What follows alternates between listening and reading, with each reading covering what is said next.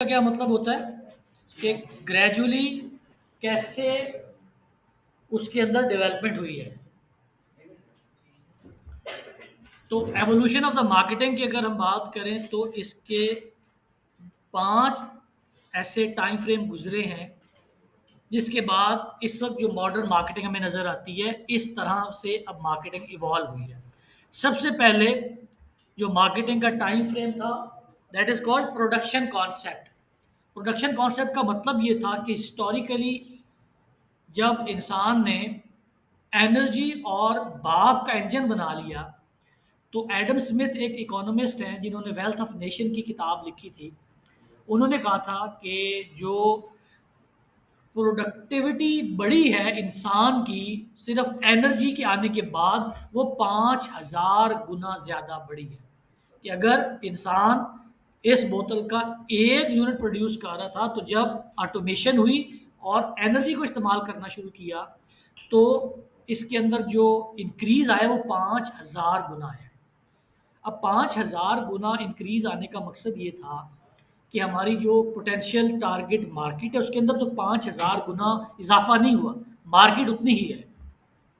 तो production concept ये कहता है कि अगर आपने अपनी सेल्स बढ़ानी है तो प्रोडक्शन को बढ़ाएं। जितनी ज़्यादा प्रोडक्शन होगी उतनी ज़्यादा सेल्स होगी।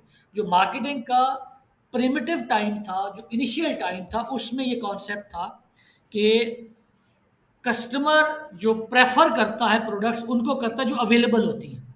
तो अवेलेबिलिटी बढ़ाने के लिए, सस्ती प्रोडक्ट्स बनाने के लिए आपको अपनी प्रोडक्शन बढ़ानी पड़ेगी। और बिजनेस की कंसंट्रेशन किसके ऊपर होनी चाहिए कि आपने एफिशिएंसी कैसे बढ़ानी है और अपनी प्रोडक्शन को मास कैसे प्रोड्यूस करना है, मास प्रोडक्शन कैसे करनी है। एफिशिएंसी क्या होती है? What is efficiency? इफेक्टिवनेस और एफिशिएंसी में क्या फ़र्क होता है, किसी को पता है? जी।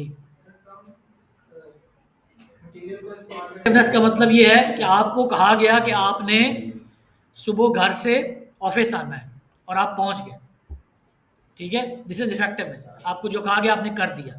अब एक बंदा आया बस के ऊपर, और एक बंदा आया है क्रीम करा के, और एक बंदा आया पैदल, तो सबसे कम खर्चा किसने किया? वो एफिशिएंसी होगी।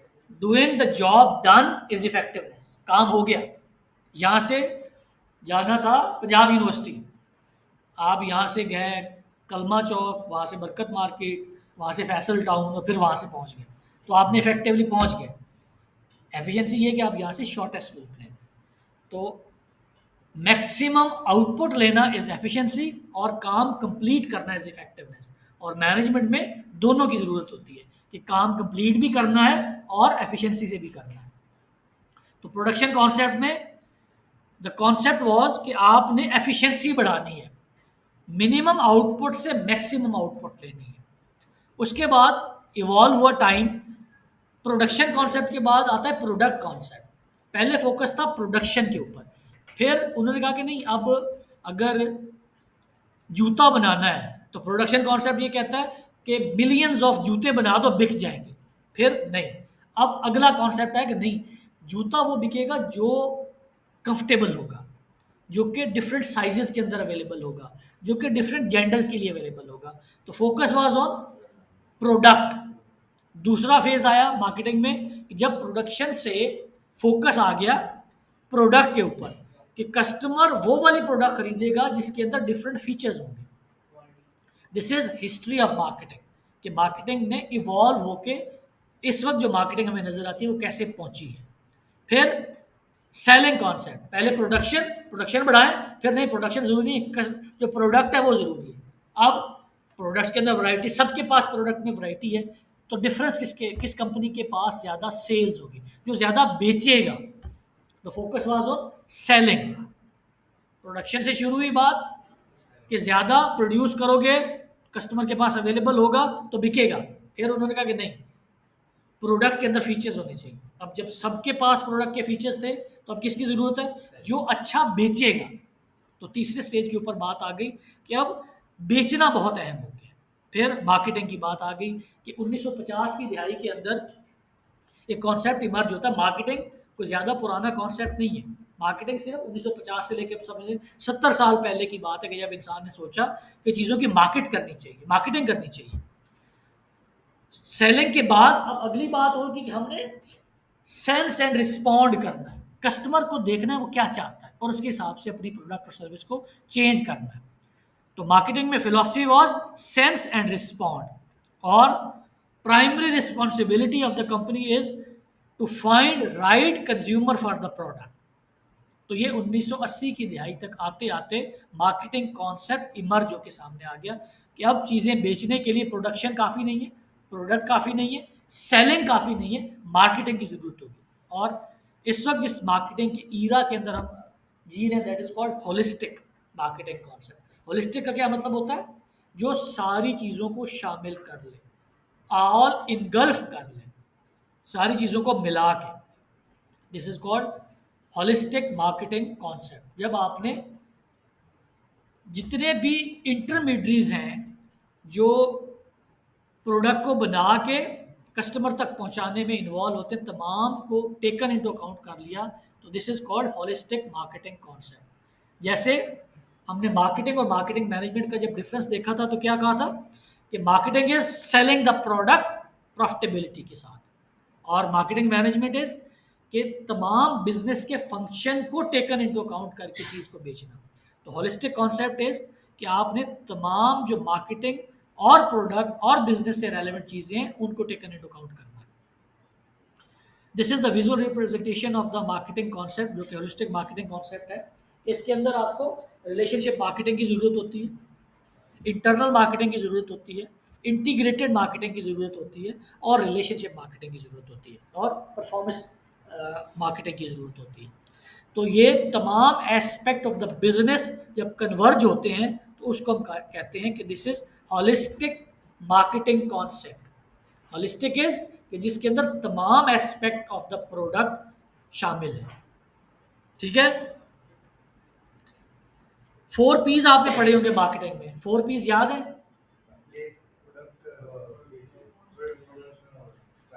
This is called marketing mix, कि प्रोडक्ट, प्लेस, प्रमोशन और price. This is called marketing mix. ये इनिशियल लेवल ऑफ मार्केटिंग के कोर्सेज में पढ़ाया जाता है। तो जब होलिस्टिक मार्केटिंग आई तो ये ट्रांसफॉर्म हो गए कि people, process, programs and performance. तो ये 4 P's ऑफ मॉडर्न मार्केटिंग है, मार्केटिंग मैनेजमेंट है।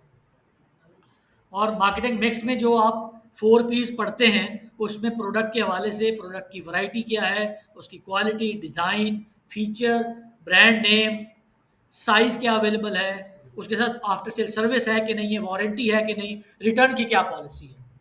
प्राइस के हवाले से देखना होता है कि लिस्ट प्राइस क्या है, डिस्काउंटेड प्राइस क्या है, कोई अलाउंस आप साथ दे रहे हैं कि नहीं, पेमेंट का पीरियड क्या है, और क्रेडिट टर्म्स क्या है। प्रमोशन के बाद आप करते हैं कि आप सेल प्रमोशन कुछ लगा रहे हैं कि नहीं, एडवर्टाइजमेंट कैसी है, सेल्स फोर्स कैसी है आपकी, पब्लिक रिलेशंस आपके कैसे हैं, और डायरेक्ट मार्केटिंग कर रहे हैं या नहीं। और प्लेस के अंदर ये फैसला होता है कि आपने कौन से चैनल्स यूज़ करने हैं, उन चैनल की कवरेज कितनी है, असॉर्टमेंट कैसी होगी आपकी, आपकी प्रोडक्ट की लोकेशन कैसी है, इन्वेंट्री कैसी है, और ट्रांसपोर्टेशन कैसे करेंगे। तो these are the components of marketing mix, जो कि आपने अपने प्रिंसिपल्स ऑफ मार्केटिंग के कोर्स में पढ़े होंगे। अब कुछ नई रियलिटीज़ हैं जो कि इस मॉडर्न टाइम की वजह से इमर्ज होके आई हैं, और वो कौन सी हैं? टेक्नोलॉजी, ग्लोबलाइजेशन और सोशल रिस्पॉन्सिबिलिटी। फोर्ब्स मैगजीन का पता है? फोर्ब्स मैगजीन एक है, फोर्ब्स। फोर्ब्स मैगजीन है बिजनेस का और इकोनॉमी का मैगजीन है, जो कि दुनिया की 500 टॉप की कंपनीज की एक लिस्ट छापता है कि दुनिया के अंदर सबसे बड़ी टॉप की 500 कंपनीज कौन सी हैं। इस 500 कंपनीज के अंदर एवरेज एज कितनी होगी कंपनी की। मिसाल के तौर पे एक कंपनी अगर 500 में है तो वो कितना टाइम 500 के अंदर रहेगी। 7 साल बाद वो कंपनी जो दुनिया की 500 सबसे बड़ी कंपनीज का हिस्सा थी वो उसके अंदर नहीं होती। वजह क्या है? टेक्नोलॉजी।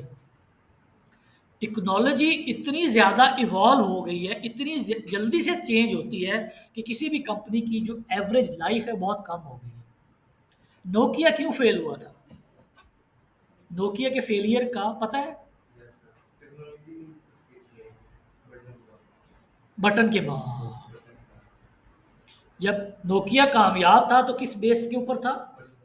कि मोबाइल है, बैटरी बहुत अच्छी है, पक्का बहुत है। उस वक्त मार्केट को क्या चाहिए था?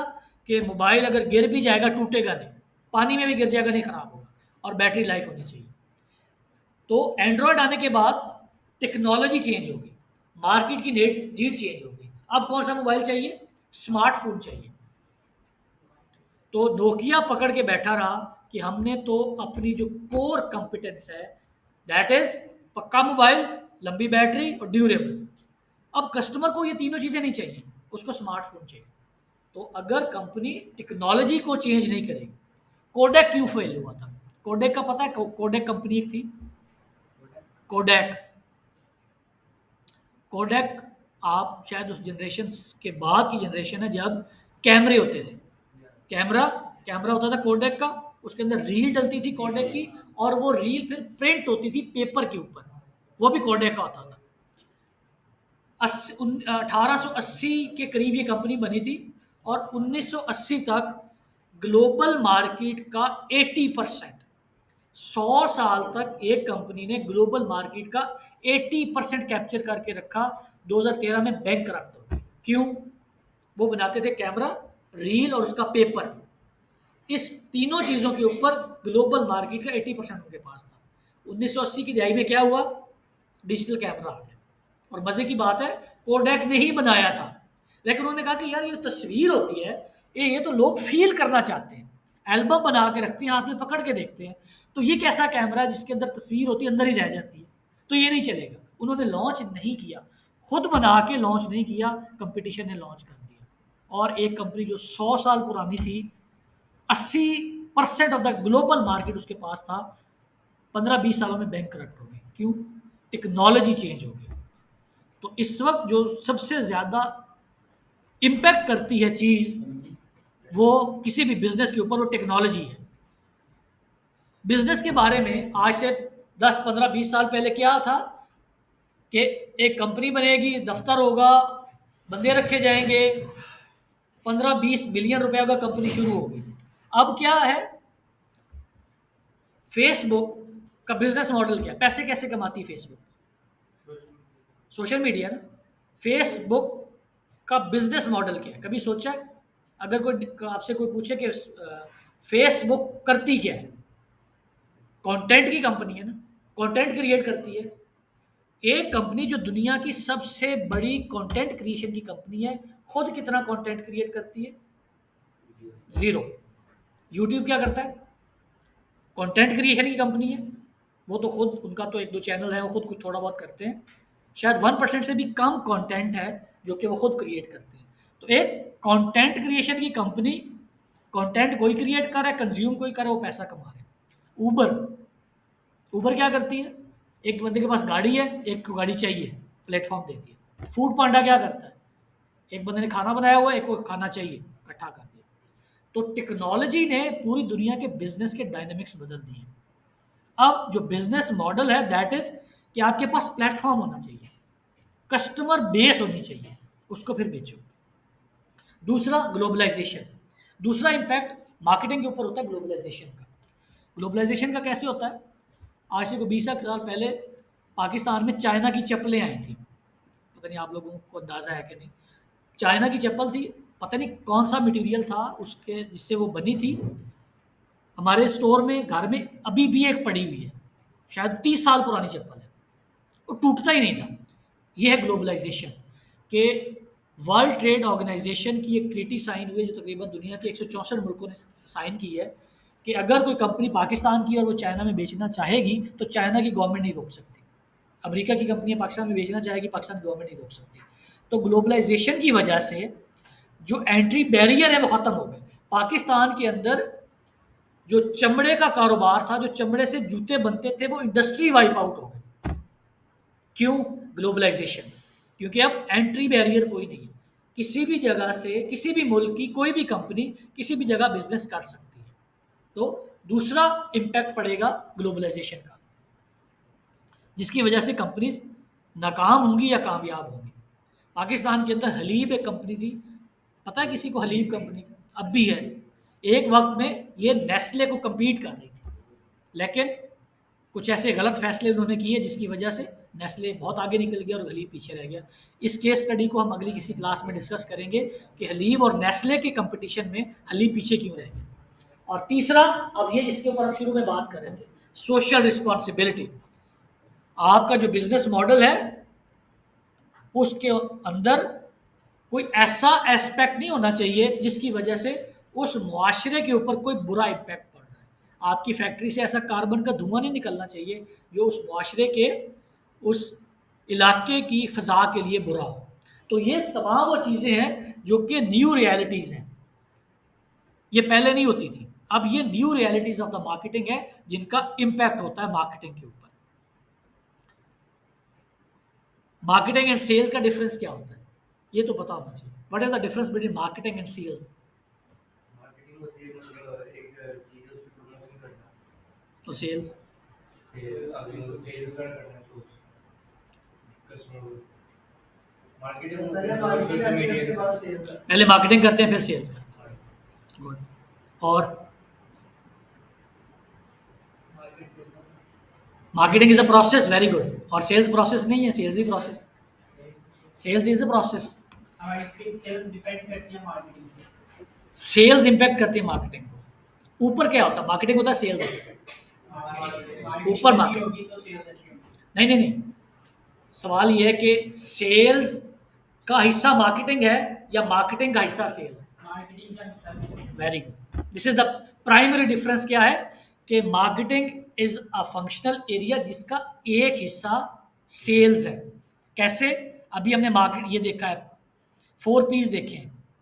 4 P's में हमने क्या देखा था? 4 P's में मार्केटिंग ये 4 काम करती है, सेल्स सिर्फ ये काम करती है। ठीक है? तो sales is part of marketing और one of the function of marketing is sales. और क्या डिफरेंस है? जिस क्लास में मैं पढ़ रहा था उस क्लास में जब टीचर ने ये सवाल पूछा था तो हमारी क्लास के एक बच्चे ने बहुत ज़बरदस्त जवाब दिया था। मार्केटिंग एंड सेल्स का क्या डिफरेंस होता है? क्या जवाब होगा उसका? वो कहता सर इन दोनों की स्पेलिंग डिफरेंट।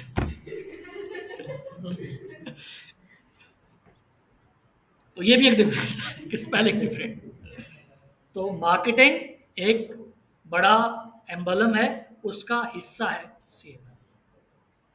दूसरा डिफरेंस, पहला डिफरेंस ये हो गया कि मार्केटिंग का हिस्सा है सेल्स। दूसरा, marketing is focused on relationship, sales is focused on transaction.